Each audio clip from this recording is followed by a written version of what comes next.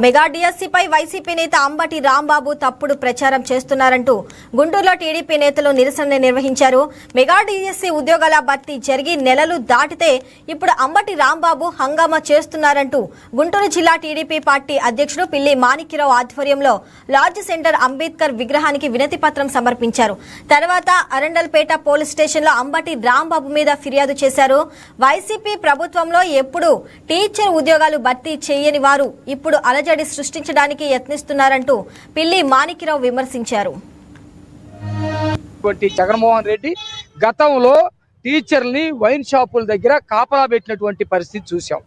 ప్రభుత్వ పాఠశాలలు elementary schools మొత్తాన్ని ఎత్తేసినటువంటి పరిస్థితి చూసాం.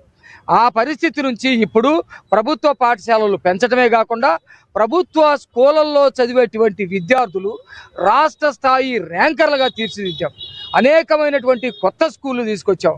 ఆ కొత్త స్కూళ్ళల్లో 16,000 పైచిలకు టీచర్లని రిక్రూట్మెంట్ చేస్తే సంవత్సరంన్నర తర్వాత లేచి అవకతవకలు జరిగినాయి అని చెప్పేసి ఈ అంబటి రాంబాబు లాంటి వాళ్ళు అబద్ధ ప్రచారం చేసుకుంటా తిరుగుతూ ఉన్నారు. ఇది చాలా దారుణమైనటువంటి చర్య.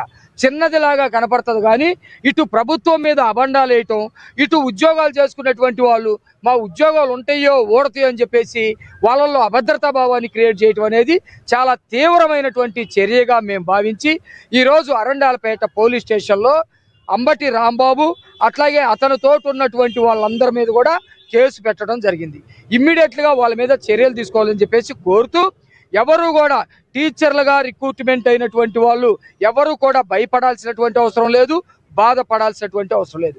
పూర్తిగా పారదర్శకంగా సిబిటి పద్ధతిలో ప్రతి దశలో వెరిఫికేషన్ అట్లాగే పర్యవేక్షణ,